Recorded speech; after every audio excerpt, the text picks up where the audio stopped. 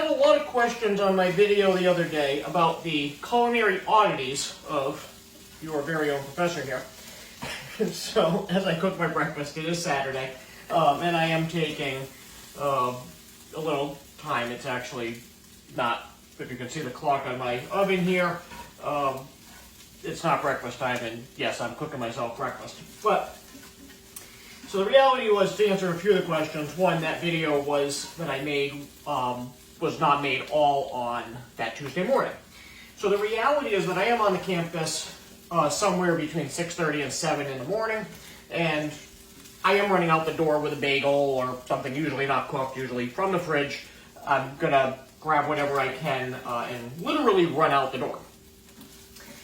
Now, hence also why I brushed my teeth before getting into the shower, because, getting gets rid of that morning breath, but I am doing other things to clean my breath later on in the day, I assure you, but I'm literally running out the door, so I'm not sitting here to brush my teeth afterwards.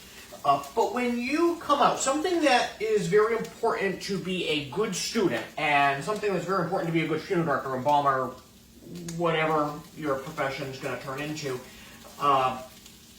is to have a good nutritional breakfast.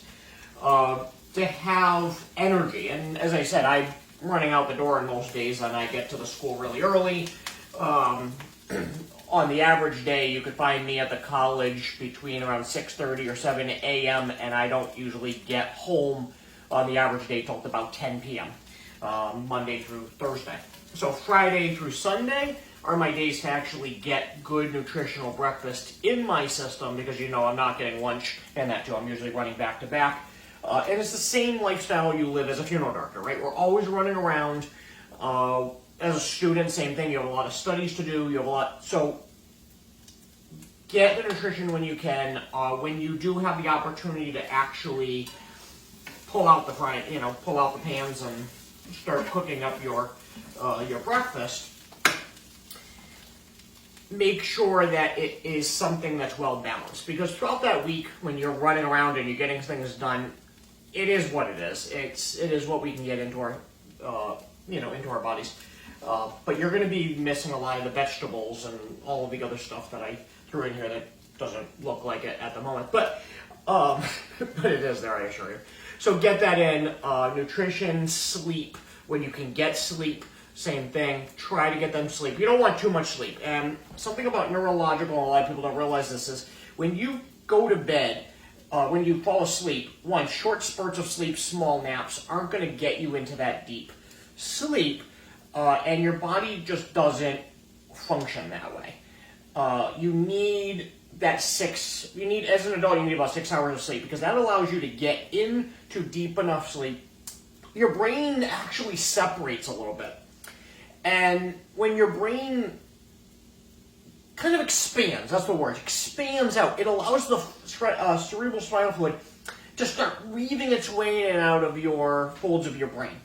And it cleans. It's like a self-cleaning cycle. It cleans out your brain a little bit.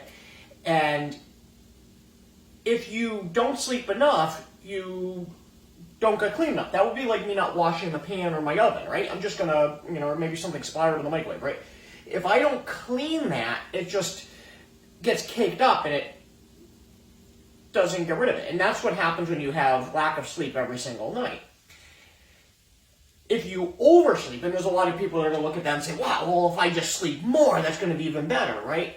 No. So what happens is, I'm going to clean this pan after I eat my food. And if I don't clean enough, I have the food residue still there. But if I clean it too much, my cast iron pan is no longer going to be what it is right now. I have a well-conditioned, well-seasoned pan. And that's your well-seasoned brain that's going to neurologically allow you to be a good student, be a good professional, do whatever you need. But if I clean this too much and I start getting my Brillo pad out and I'm doing it, that's all like oversleeping. And what happens is oversleeping starts scraping away at the enamel of your pans, and same thing in your brain, right? It's starting to remove too much. We're talking chemical messengers in there that it just removes too much. And then when you wake up, you're like, oh, I'm so groggy. And we get a lot of people that say, well, I'm not a morning person. Well, believe it or not, they've done studies that there's no such thing as a morning person or not morning person. There's people that get up early, and the people that get up early tend to have a reasonable amount of sleep. And when you have a reasonable amount of sleep, you feel energized. When you consistently do that every night, you feel energized. When you oversleep, people say, I'm not a morning person, I sleep in. The reason you feel groggy is because you slept in, okay? So what happened was that you overcleaned. Now you don't have the neurological function to feel awake anymore, and that's not a good thing as well. So again, we need balance. You want to be great at your studies here at college. You want to be great at your profession. You need a well-balanced life. And well-balanced doesn't mean that you completely put everything aside and say, okay, I'm either working or I'm not. I'm going to tell you right now, my phone is on me 24 hours a day. You text me, you email me, you call me, you're going to get a call, you're going to get an answer immediately. Okay, it doesn't matter what I'm doing. That's my lifestyle. Everything integrates into it, right? Work and life are a balance. Okay, it doesn't mean that I do one and then I do the other. I do balance them, and I do balance them very well. Believe it or not, but that's just all I've ever known, so that comes easy. But again, as a student, or as a professional, try to really balance things out. But take advantage of these small moments. Take advantage of these moments when you can cook or when you can sleep. When calls aren't coming in, or sometimes putting your studies down will benefit you too. Of saying, okay, I've studied enough. Let me get a good night's sleep and let me wake up early.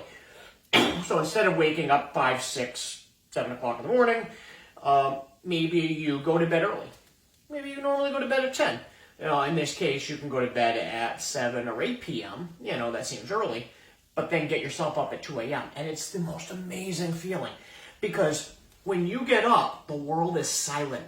You've cleaned yourself out. There's no distractions. Distractions have gone away. You wake up refreshed.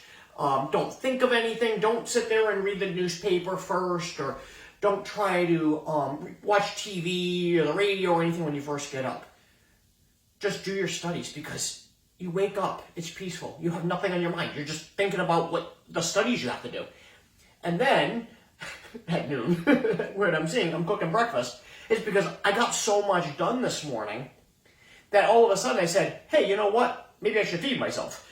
But I focused first. I got my work done while the world was quiet, and then once the dog decided he needed to go out and all these things, that got me out of my routine, and I realized I'm not going to be as productive. So now it's time for me to eat, and yes, I'm going to be eating this while I go back into my office and continue to work. So good luck with this semester. I hope you guys all do great. And please use the resources that are out there. The college has tutoring center. The college has peer mentors. At least the funeral department does. Use them, okay? We have these people there to help you, to give you that resource. So good luck.